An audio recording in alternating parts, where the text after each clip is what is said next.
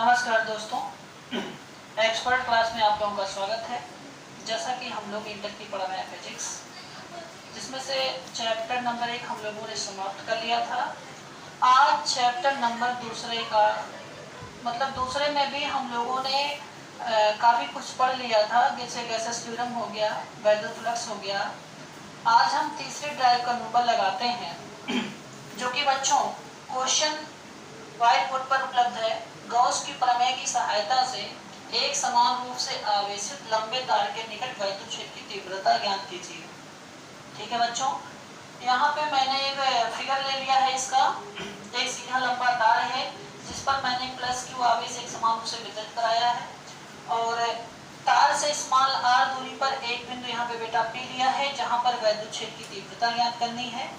फिर हमने क्या किया है, यह लंबाई का एक गॉसियन पृष्ठ की कल्पना करी है बेटा यहाँ पर, जिस पर हमने देखा है इसके ये वक्री पृष्ठ है, ये बेटा वृत्तीय पृष्ठ है। वृत्तीय पृष्ठ पर देखेंगे वेक्टर ई और वेक्टर डी, ये पृष्ठ पर क्या बेटा लंबवत है, अतः इनके बीच का कोण 90 डिग्री होगा।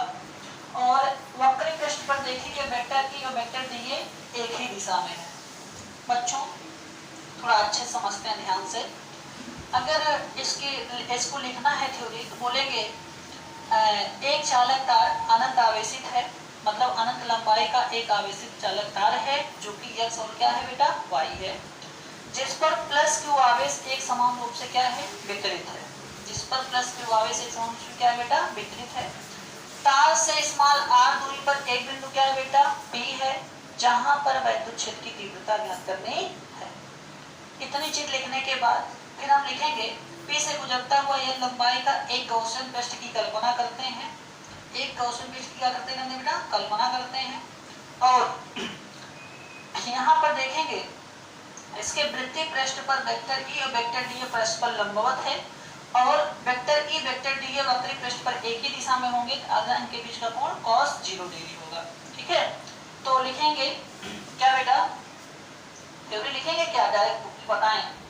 देखो बच्चों, अगर आप लोग लिखोगे वैद्युत फ्लक्स निकालोगे, टोटल गॉसियन पृष्ठ से गुजरने वाला जो वैद्युत फ्लक्स है वो क्या है बेटा फाई ई है। क्या है बच्चों phi E is equal to, यहाँ पे लिख सकते हैं सरफेस इंटीग्रल, या ऐसे लिखें वैद्युत फ्लक्स फाई पी प्लस वैद्युत फ्लक्स फाई एम। जो P है बेटा ये है वक्री पृष्ठ और m जो है ये है वृत्तीय पृष्ठ, तो ये तो 0 हो जाएगा। एक बार गौर से देख लें, surface integral vector E into vector D plus surface integral vector E into vector D। बेटा यहाँ पे लिख लेंगे ये कौन सा पृष्ठ है, वृत्तीय पृष्ठ है, और ये क्या है बेटा वक्री पृष्ठ है। क्या बेटा वक्री पृष्ठ। तो वृत्तीय पृष्ठ पर अगर वेक्टर ई और वेक्टर डी लंबवत है तो ये तो बेटा 0 हो जाएगा, तो इसका काम तो खत्म हो गया। तो बचा बेटा वक्री पृष्ठ, और वक्री पृष्ठ पर जब वेक्टर हटाओगे ई डी ए से तो बेटा होगा क्या E D A cos 0 degree. cos कितना बेटा 0 डिग्री। तो ई की आराम से यहाँ लाओ, ई को बाहर निकालो, और यहाँ बचेगा क्या बेटा cos 0 का मान 1 होता है, तो डी ए बचेगा, क्या बचेगा बेटा डी ए बचेगा। तो इसके बाद 1 डी ए का क्या होता है इंटीग्रेशन साइन, यानी कि नोट पॉइंट बेटा जरूर लिखेंगे कि इंटीग्रेशन ऑफ 1 डी ए का होता है ए, तो बेटा ए इंटू ए बचेगा। क्या बचेगा ए इंटू ए। और गैसेस थ्योरम हमने पढ़ा है phi is equal to Q upon क्या होता है बेटा ए होता है। ठीक है, क्यू अपॉन क्या होता है ए होता है, सॉरी बेटा ए नहीं होता है, क्यू अपॉन एप्सिलॉन नॉट होता है। ठीक है, ये गैस थ्योरम होती है क्यू अपॉन एप्सिलॉन नॉट। फिर हम नोट पॉइंट पे पढ़ेंगे क्या रेखीय आवेश घनत्व, यानी कि lambda is equal to Q by L.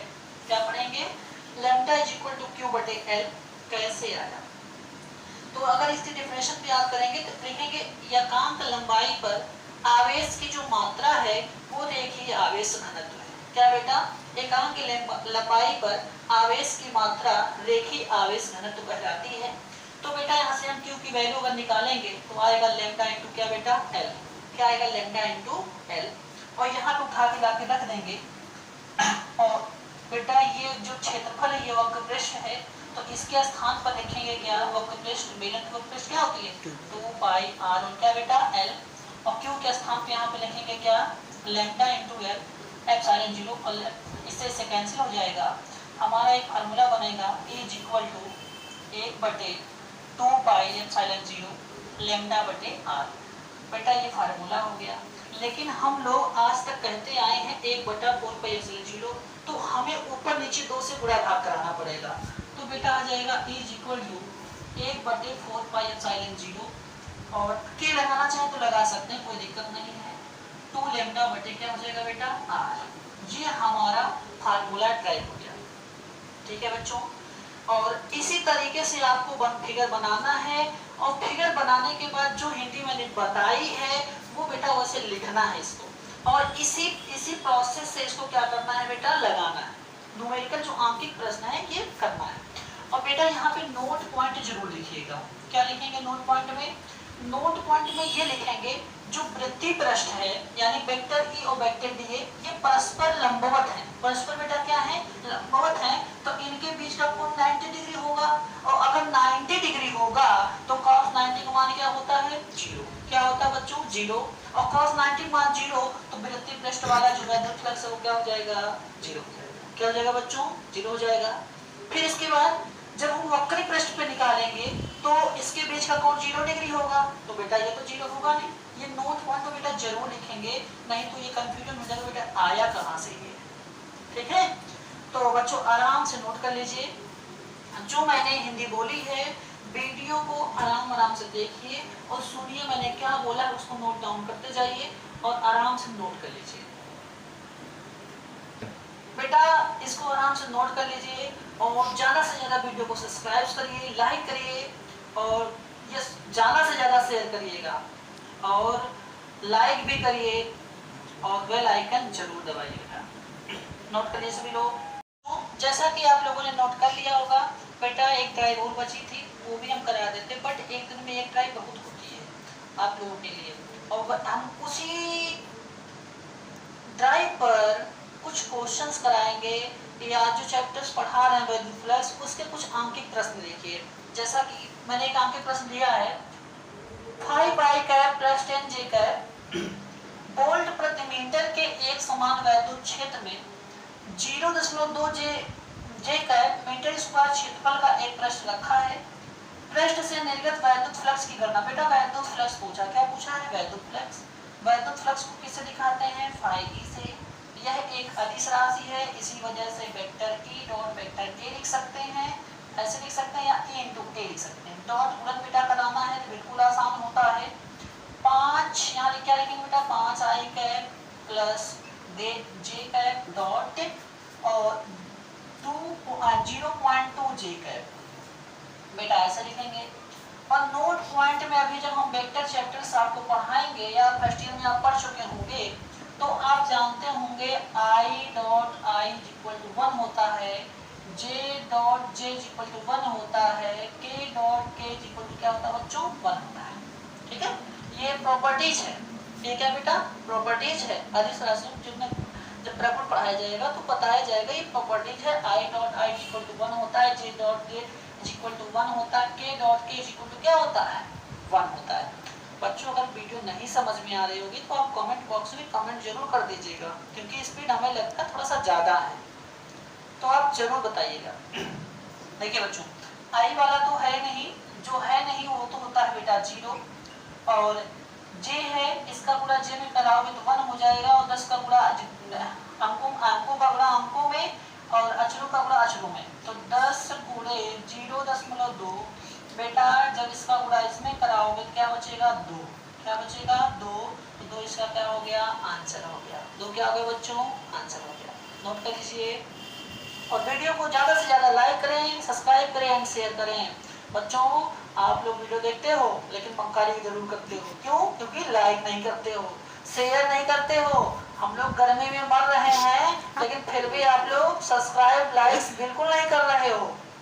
हम लोग देख रहे हैं फिर बहुत कम आ रहे हैं। आप लोग अगर हम आप लोगों के लिए इतना कर रहे हैं तो आप लोग थोड़ा सा सहायता मेरी भी तो करो भैया। जब हम ही नहीं उत्तेजित होंगे, हम ही नहीं, जब हमारे अंदर नहीं जुनून उत्पन्न होगा तो कैसे पढ़ाएंगे?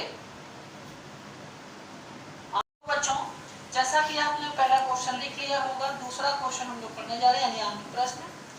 वैद्युत क्षेत्र सदिश वेक्टर E बराबर 2i cap plus 4j cap plus 7k cap में पृष्ठ vector E is equal to 10j cap रखने पर पृष्ठ से होकर गुजरने वाले वैद्युत फ्लक्स, किसकी बेटा, वैद्युत फ्लक्स। तो वैद्युत फ्लक्स का फार्मूला अभी जस्ट हमने बताया, ये एक अदिश राशि है, तो E डॉट ए होता है। क्या होता है बेटा, E डॉट ए।